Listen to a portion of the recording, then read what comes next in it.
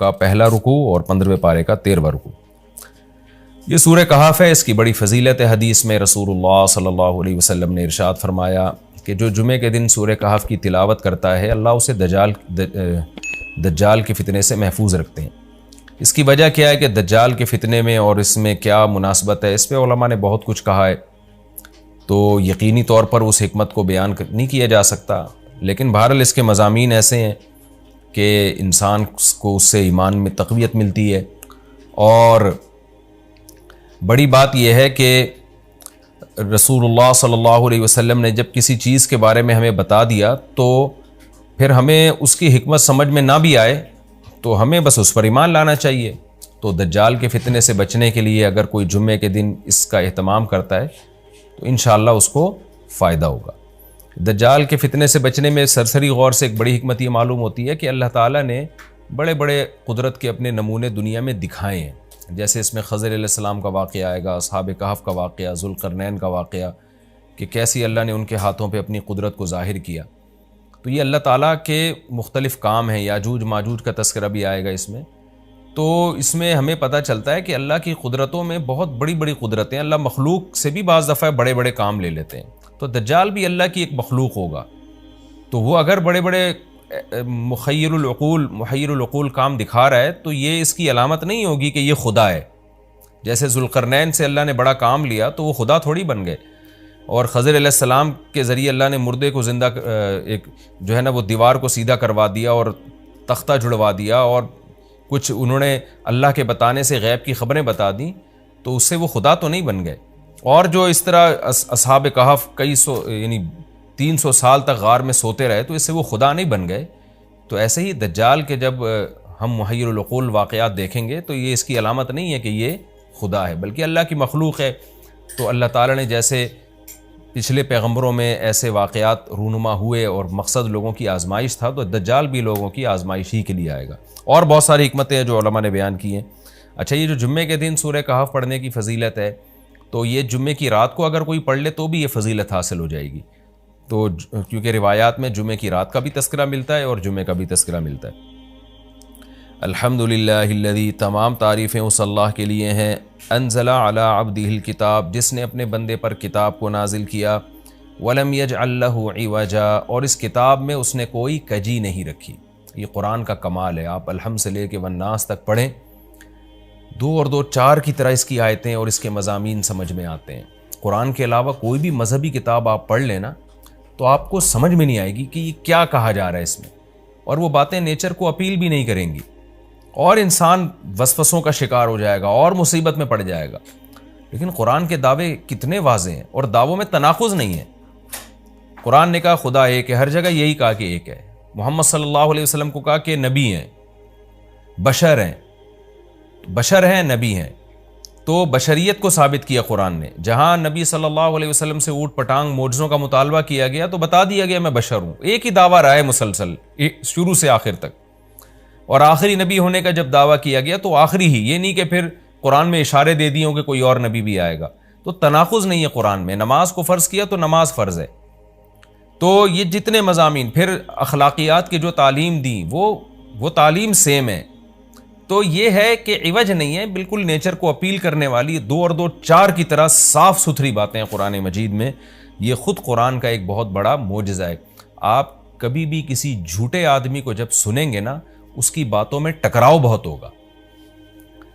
میں ایک دفعہ تحقیق کر رہا تھا، یہ منکرین حدیث جو ہیں جنہوں نے کہا دعویٰ کیا کہ حدیث حجت نہیں ہے، تو ہمارے شیخ حضرت مفتی رشید احمد صاحب رحمہ اللہ تعالی نے اصل الفتاویٰ کی 2 جلد میں ان کے خلاف بہت کچھ لکھا ہے۔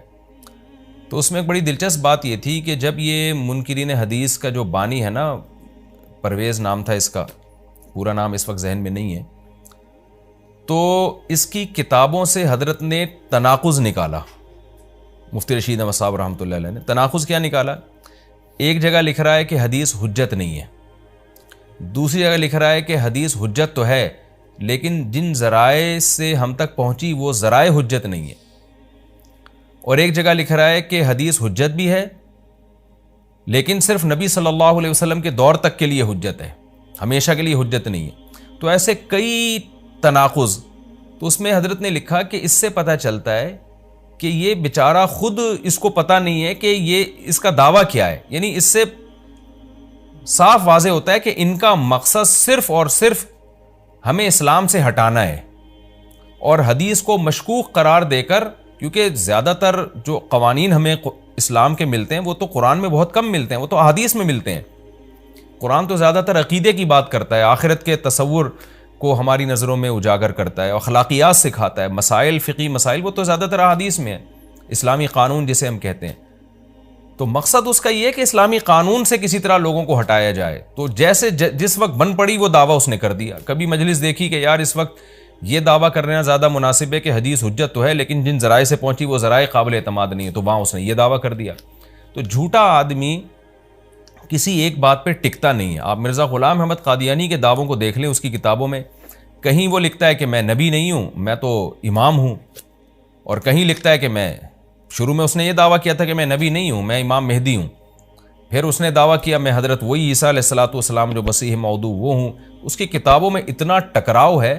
وجہ اس کی ہے کہ باطل کا ایک ہدف ہوتا ہے، تو وہ دیکھتا ہے کہ جیسا دیس ویسا بھیس. جیسے اس کا ہدف ہوتا ہے شہرت، دولت، اور یا لوگوں میں پھوٹ ڈالنا یا کوئی منصب حاصل کرنا کسی سے، تو وہ پھر دیکھتا ہے کہ جس وقت جو طریقہ اس کو سوٹیبل لگتا ہے نا وہ وہی طریقہ اختیار کر لیتا ہے.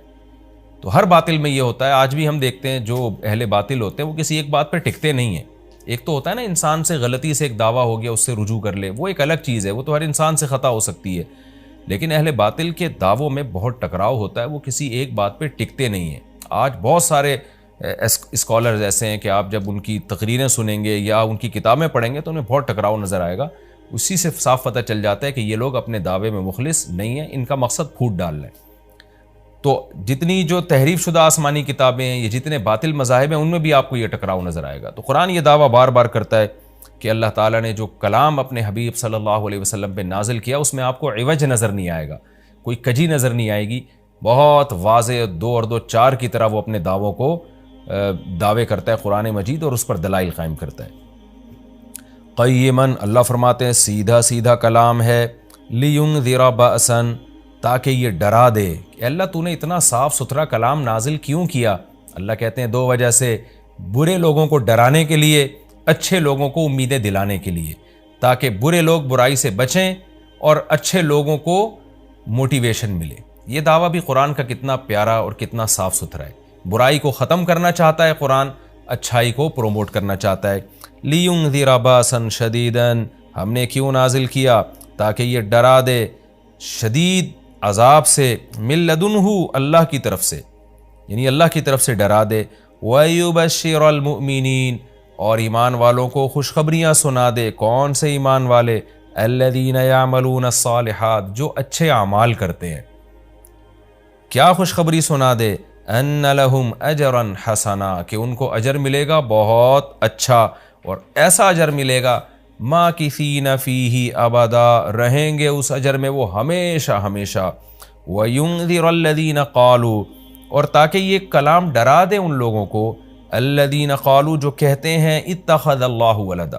اللہ نے ڈرانے کا ذکر 2 دفعہ کیا، اس لیے کہ ایک تو عام لوگ جو برے ہوتے ہیں ان کو ڈرا دے، اور مشرکین میں خاص طور پر یہ برائی تھی کہ یہود و نصارہ کی باتوں میں آ کے اللہ کے لیے اولاد ٹھہرا لیا کرتے تھے. وہ فرشتوں کو بیٹیاں کہہ دیا، یا عیسائیوں کی باتوں میں آ کے اللہ کے لیے اولاد ٹھہرا دی. تو اس لیے اللہ نے خاص طور پر ان مشرکین اور ان کافروں کا ذکر کیا جو نبی صلی اللہ علیہ وسلم کے دور میں اللہ کے لیے اولاد ٹھہراتے تھے، کہ اللہ ان کو بھی ڈرا دیا جائے. وَيُنذِرَ الَّذِينَ قَالُوا، اور ڈرا دے ان لوگوں کو جو کہتے ہیں اتخذ اللہ ولدا، کہ اللہ نے ٹھہرا لی ہے اولاد. سورہ کہف بھی مکی صورتوں میں سے ہے نا، تو اس میں بھی توحید کا مضمون بہت ہوگا. ما لہم بہ من علم، نہیں ہے ان کے لیے اس دعوے پر کوئی دلیل. ولا لآبائہم، اور نہ ان کے باپ دادا کے پاس کوئی دلیل تھی. یہ اکثر کہتے تھے نا بھائی ٹھیک ہے ہمارے پاس دلیل نہیں ہے لیکن ہم اپنے باپ دادا کو فالو کرتے ہیں. تو اللہ کہتے ہیں تمہارے باپ دادا کے پاس کون سے اس دعوے کی کوئی دلیل تھی؟ اور یہ جملہ ہلکا نہیں ہے. کبرت کلمۃ، بہت بڑا ہے یہ کلمے کے اعتبار سے. ایسا کلمہ جو ان کی منہ سے نکلتا ہے، منہ سے نکلنے والا کلمہ، یہ بہت بڑا کلمہ ہے، بہت بھاری ہے زمین اور آسمان پر، کہ اللہ کے لیے اولاد ٹھہرا دی. ان یقولون الا کذبا، نہیں بولتے یہ لوگ مگر نرا جھوٹ بولتے ہیں یہ. فَلَعَلَّكَ بَاخِعٌ نَفْسَكَ عَلَىٰ آثَارِهِمْ۔ اللہ تعالیٰ اپنے حبیب صلی اللہ علیہ وسلم کو تسلی دے رہے ہیں کہ اتنا سری جھوٹ بولتے ہیں اور آپ کی دعوت اتنی واضح ہے پھر بھی یہ ایمان نہیں لاتے، تو اے نبی کہیں ایسا نہ ہو کہ آپ غم میں اپنی جان ہی نہ ہلاک کر بیٹھیں، کیونکہ رسول اللہ صلی اللہ علیہ وسلم کا دل بہت گھٹتا تھا کہ اتنی واضح بات میں کر رہا ہوں، اتنا میرے دعوے میں اتنی کلیئرٹی ہے، اس کے باوجود یہ مانتے کیوں نہیں ہیں؟ تو غم سے آپ کا سینہ گھٹتا تھا، تو اللہ نے آپ کو بتایا کہ یہ آپ کی حالت یہ ہو گئی ہے شاید کہ آپ اپنی جان ہی ہلاک کر بیٹھیں۔ دیکھیں اللہ کا شاید یہ ہماری زبان میں اللہ ہم سے بات کرتے ہیں نا، ورنہ اللہ کے لیے تو شاید نہیں، اللہ کے لیے جو چیز ہوتی ہے یقینی ہوتی ہے۔ تو یہاں شاید کا مطلب کیا ہوگا کہ کوئی بھی دیکھنے والا آپ کی کنڈیشن کو دیکھے نا اس وقت، تو وہ کہے گا کہ آپ کی موت نہ واقع ہو جائے، اتنا غم ہے آپ کو۔ تو مقصد ہے غم کی شدت کو بیان کرنا۔ تو اللہ فرماتے ہیں شاید کہ آپ اپنی جان ہی ہلاک کر بیٹھیں ان کے پیچھے، یعنی ان کے غم میں، اگر یہ لوگ اس قرآن پر ایمان نہ لے کر آئے، اسفا، افسوس اور غم میں آپ کی جان ہی کہیں آپ ہلاک نہ کر بیٹھیں۔ پھر آگے اللہ بتا رہے ہیں کہ یہ ایمان کیوں نہیں لے کر آتے۔ آپ غم نہ کریں، آپ کی دعوت میں کوئی کمی نہیں، آپ کے دلائل میں کوئی کمی نہیں، ایمان نہ لانے کی وجہ ہم بتاتے ہیں کیا ہے۔ کچھ لوگ لائیں گے، کچھ نہیں لے کر آئیں گے، وجہ کیا ہے وہ ہم بتا رہے ہیں اگلی آیت میں، اِنَّا جَعَلْنَا مَا عَلَى الْأَرْضِ، ہم نے بنایا ہے ہر اس چیز کو جو زمین کے اوپر ہے، زینت اللہ، زمین کے لیے، یعنی زمین والوں کے لیے زینت، اٹریکٹیو بنایا ہم نے۔ زمین اجڑی ہوئی ہوتی، کسی کا دل ہی نہ لگتا زمین میں، تو سارے آخرت ہی کی فکر میں لگ جاتے، لیکن زمین میں اٹریکشن ایسی پیدا کر دی ہے کہ یہ اللہ سے غافل کرتی ہے، حق سے دور کرتی ہے۔ ہر آدمی اس زمین کی زینت کو حاصل کرنے کی کوشش کرتا ہے۔ زینت وہ چیز ما یتزین، جو مزین ہوتی ہے اور جس کی طرف انسان کی اٹریکشن ہوتی ہے، چاہے حقیقت میں وہ اٹریکشن کے قابل ہو یا نہ ہو۔ جیسے گندگی کا ڈھیر ہے، اٹریکشن نہیں ہوتی، لیکن آپ نے اس کے اوپر ایک خوبصورت ململ کا کپڑا ڈال کے خوشبو چھڑک دی تو اب وہ دیکھنے میں بھلی لگنے لگے گی۔ تو جو چیز دیکھنے میں بھلی لگتی ہے اس کو مزین کہا جاتا ہے، چاہے حقیقت میں ہو یا نہ ہو۔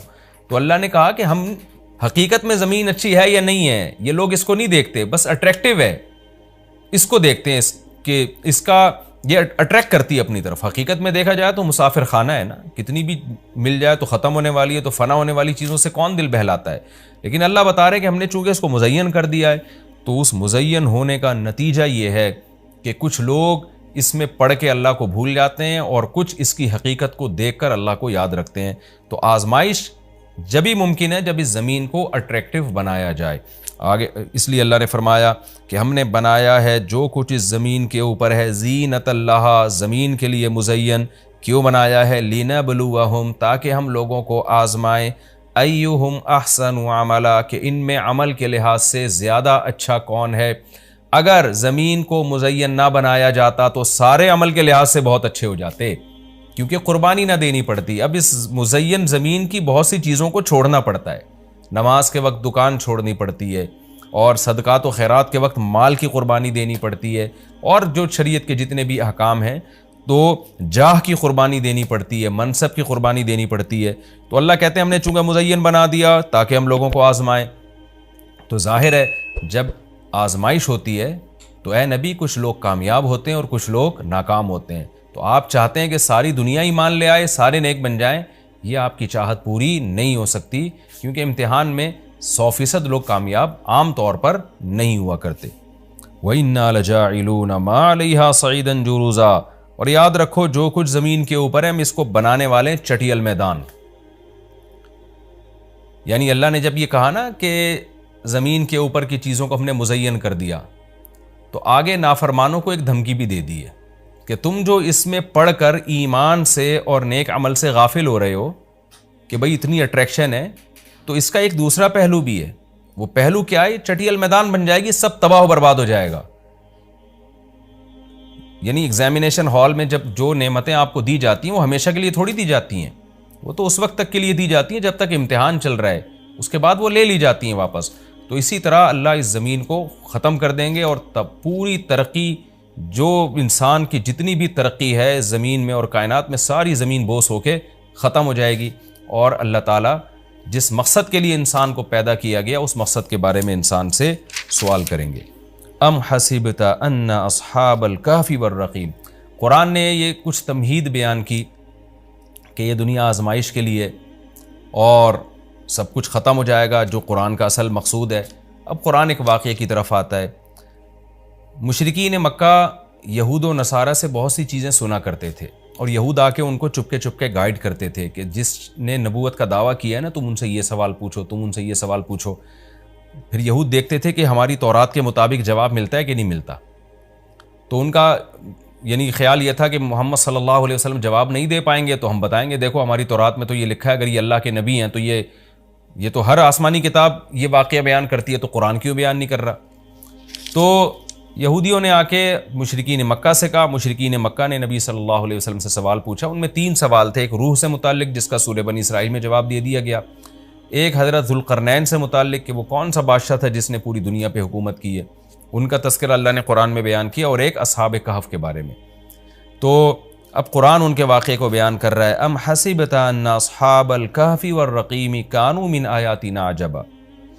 اے نبی آپ یہ سمجھتے ہیں کہ اصحاب کہف اور جبل والے پہاڑ والے لوگ، غار اور پہاڑ والے لوگ کیا ہماری نشانیوں میں سے بڑی عجیب نشانی تھے؟ کیا آپ یہ سمجھتے ہیں؟ یعنی یا تو اس کا جواب یہ کہ واقعی یہ نشانی تھے، یا یہ کہ یہ اتنی بڑی نشانی نہیں تھے جتنی بڑی اس کائنات کو بنا دینا بڑی نشانی ہے۔ اذ اول فتیتو، اللہ نے اس واقعے کو بیان کیا، اس وقت کو یاد کرو جب چند نوجوانوں نے ٹھکانہ پکڑا الی الکہف، ایک بڑے غار کی طرف، فقالو، پھر کہنے لگے۔ اب دیکھیں قرآن جب واقعہ بیان کرتا ہے نا، تو سوال تو مشرکین نے اصحاب کہف کا پوچھا تھا، بتا دیا جاتا بھئی ایک زمانے میں اصحاب کہف تھے، جو مشرک بادشاہ تھا جس کے ظلم سے تنگ آ کے وہ علاقہ چھوڑ کے چلے گئے، اور 300 سال غار میں رہے، اور پھر 300 سال کے بعد واپس آئے، اور لوگوں نے پھر بڑی عقیدت کی، محبت کی، بس اتنا کافی تھا۔ لیکن قرآن واقعہ اس انداز سے بیان کرتا ہے کہ اس میں اسباق ملنا شروع ہو جائیں، ہمیں اس میں اسباق ملنا شروع ہو جائیں۔ اب دیکھیں شروع کیسے کیا جا رہا ہے۔ کیا تم یہ سمجھتے ہو کہ اصحاب کہف کا واقعہ کوئی عجیب واقعہ ہے؟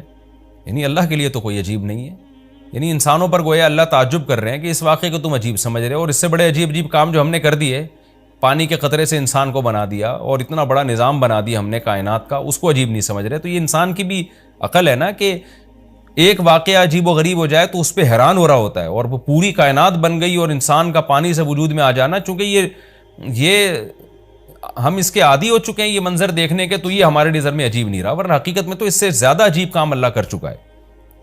تو ایک تو سبق اللہ نے ہمیں یہ بتایا اس واقعے میں کہ یہ واقعہ اتنا عجیب نہیں جتنا اللہ کے دوسرے کام زیادہ عجیب ہیں۔ تو قرآن واقعہ بیان کرتا ہے اس انداز سے تاکہ ہمیں اس سے اسباق ملے۔ اذ اول الفتیۃ الی الکہف، نوجوانوں نے غار میں پناہ لی، فقالوا ربنا، اور کیا کہنے لگے، اے ہمارے رب، آتنا من لدنک رحمہ، تو دے ہمیں اپنی طرف سے رحمت، اور ہیئ لنا من امرنا رشدا، ہمارے معاملے میں کوئی رشد کا انتظام کر دے، یعنی درستگی کا انتظام کر دے۔ اس میں کیا سبق ملتا ہے کہ جو مشرک بادشاہ تھا، کافر بادشاہ تھا، چند نوجوان اسلام لے کر آئے، اللہ کے برحق دین کو قبول کیا، ان کو یہ یقین تھا کہ ہم اس علاقے میں رہ کر اپنے دین اور مذہب پہ قائم نہیں رہ سکتے، لہذا انہوں نے ارادہ کیا ہم ہجرت کرتے ہیں۔ تو اب ہجرت کر کے جائیں کہاں؟ تو اللہ سے دعائیں مانگ رہے ہیں۔ اس سے کیا پتہ چلتا ہے کہ جب آپ کے لیے کسی علاقے میں رہ کر دین پر چلنا ناممکن ہو تو آپ پر لازم ہے کہ آپ اس علاقے کو چھوڑیں، ایک بات۔ نمبر 2، چھوڑ کر آپ اللہ پہ اعتماد اور توکل کریں کہ جس اللہ نے مجھے یہاں کھلایا وہ کہیں اور بھی کھلا سکتا ہے۔ نمبر 3، اللہ سے 2 قسم کی دعائیں مانگیں۔ نمبر 1، اے اللہ تو میرے لیے رحمت کا انتظام کر دے، یعنی اپنا رحم کر تاکہ تیری رحم کی وجہ سے ہمارے لیے معاملات آسان ہو جائیں۔ نمبر 2، تو ہمیں گائیڈ کر، ہیئ لنا من امرنا رشدا کا مطلب سیدھا راہ دکھا، ہمیں بتا کہ ہم نے جانا کہاں ہے، کس ملک میں اسٹے کرنا ہے، سفر کیسے کرنا ہے۔ یہ بالکل ایسے ہی ہے جیسے موسیٰ علیہ السلام سے غلطی سے قتل ہو گیا، تو اب مدین سے جب نکلنا تھا، مصر سے جب نکلنا تھا تو راستہ معلوم نہیں تھا، تو وہاں بھی اللہ تعالیٰ سے موسیٰ علیہ السلام نے دعا مانگی کہ وَلَمَّا تَوَجَّهَ تِلْقَاءَ مَدْيَنَ قَالَ عَسَىٰ رَبِّي أَن يَهْدِيَنِي سَوَاءَ السَّبِيلِ، مجھے امید ہے میرے رب مجھے سیدھا راستہ دکھائے گا۔ تو جب انسان کو راستے معلوم نہ ہو، گائیڈنس نہ مل رہی ہو کہ جانا کہاں ہے، کہاں اسٹے کرنا ہے، تو ایسے موقع پہ اللہ سے سیدھے راستے کی دعا مانگنی چاہیے۔ تو یہاں بھی انہوں نے دعا مانگی کہ اللہ تو ہمارے لیے رحمت کا انتظام کر دے اور ہمارے لیے ہمیں گائیڈ کر دے کہ ہم نے جانا کہاں ہے، کہاں اسٹے کرنا ہے۔ تو قرآن کہتا ہے ہم نے ان کی دعا کو قبول کی، فَضَرَبْنَا عَلَىٰ آذَانِهِمْ۔ رحمت کا انتظام کیسے ہوا کہ ہم نے غار کے اندر، کیونکہ گئے ان کے کتے کو ساتھ لے کر غار کے اندر گئے اور وہاں انہوں نے کہا کہ فی الحال ہم یہاں لوگوں سے چھپ جائیں، کسی طریقے سے پناہ میں آ جائیں، پھر دیکھیں گے جی اٹھ کے ہم نے جانا کہاں ہے۔ تو قتل کے خوف سے نکلیں اور غار میں جا کے آرام کیا، تو اللہ کہتے ہیں ہم نے ان کے کانوں پہ پردہ ڈال دیا، سلا دیا گہری نیند، سنین عددا، کئی سال تک، ثم بعثناہم، پھر ہم نے ان کو جگایا، لنعلم ای الحزبین، تاکہ ہم دیکھیں، جس کا نتیجہ یہ نکلا کہ ہم یہ دیکھنا چاہتے تھے ان دونوں میں سے کون سا فریق ایسا ہے احصیٰ لما لبثوا امدا، جو مدت کے اعتبار سے زیادہ کاؤنٹ کرنے والا ہے اس مدت کو، لما لبثوا، جس مدت تک یہ لوگ ٹھہرے۔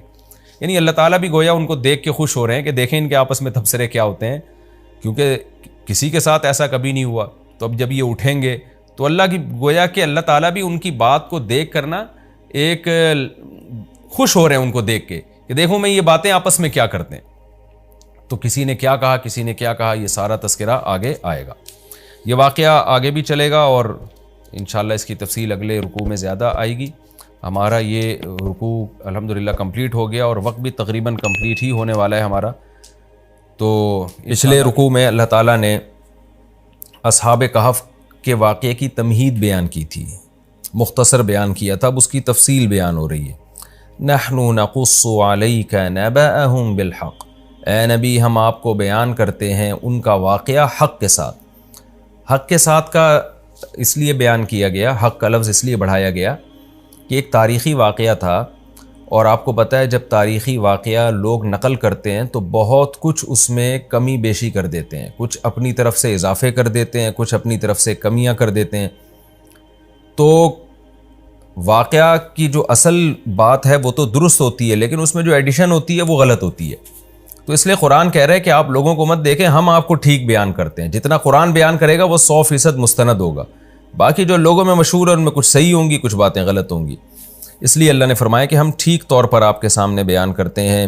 وہ واقعہ کیا ہے؟ انہم فتیۃ آمنوا بربہم، یہ چند نوجوان تھے۔ چند کا ترجمہ میں نے کیوں کیا، بار بار بتاتا ہوں کہ یہ جو تنوین ہے نا، تنوین اس کا مطلب ہے چند، اور ویسے بھی فتیۃ یہ جمع قلت ہے، افعل، افعال، فعلۃ، افعلۃ، یہ چار اوزان وزن عربی میں جمع قلت کے لیے استعمال ہوتے ہیں۔ تو جو بھی اس وزن پر ہوگا، جیسے فتیۃ فعلۃ کے وزن پر ہے، تو انہم فتیۃ، یہ چند نوجوان تھے، آمنوا بربہم، جو اپنے رب پر ایمان لے آئے۔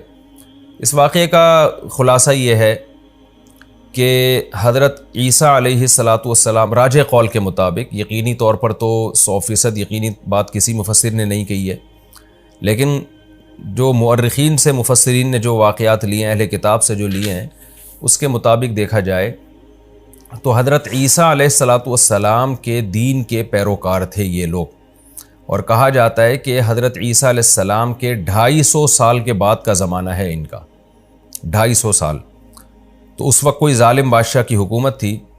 اچھا، حضرت عیسیٰ کے دین کے پیروکار تھے، تو اس پر ایک اشکال یہ ہوتا ہے کہ یہ سوال تو یہودیوں نے کیا تھا، یعنی مشرکین کو یہ سوال یہودیوں نے سمجھایا تھا کہ تم نبی صلی اللہ علیہ وسلم سے 3 سوال پوچھنا، ذوالقرنین کے بارے میں پوچھنا، اور روح کے بارے میں پوچھنا، اور اصحاب کہف کے بارے میں پوچھنا۔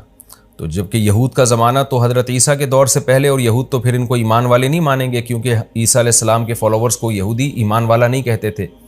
تو اس لیے مجھے اس پر واقعی ایک اشکال ہے جس کا میرے علم میں ابھی مجھے اس کے جواب کہیں ملا نہیں ہے۔ تو صحیح بات یہی معلوم ہوتی ہے کہ یہ جو یہودیوں نے، یہ جو مفسرین نے ذکر کیا نا کہ یہود نے یہ سوال پوچھا تھا، تو یہ بھی ایک رائے ہے مفسرین کی، عین ممکن ہے اہل کتاب نے پوچھا ہو۔ تو اہل کتاب میں عیسائی بھی آتے ہیں، تو سوال اہل کتاب نے پوچھا ہو، لیکن بعض حضرات نے یہود کی طرف منسوب کر دیا ہو، کیونکہ یہود جو تھے زیادہ تر یہود ہی سوال پوچھا کرتے تھے۔ تو اس لیے، اور دوسرا اس بات کا بھی امکان ہے کہ ہو سکتا ہے یہ دین موسوی کے پیروکار ہوں، کیونکہ یہ تو تاریخی چیز ہے نا کہ حضرت عیسیٰ کے دین کے پیروکار تھے۔ بہرحال راجح بات یہی ہے کہ یہ حضرت عیسیٰ علیہ السلام کے دین کے پیروکار تھے۔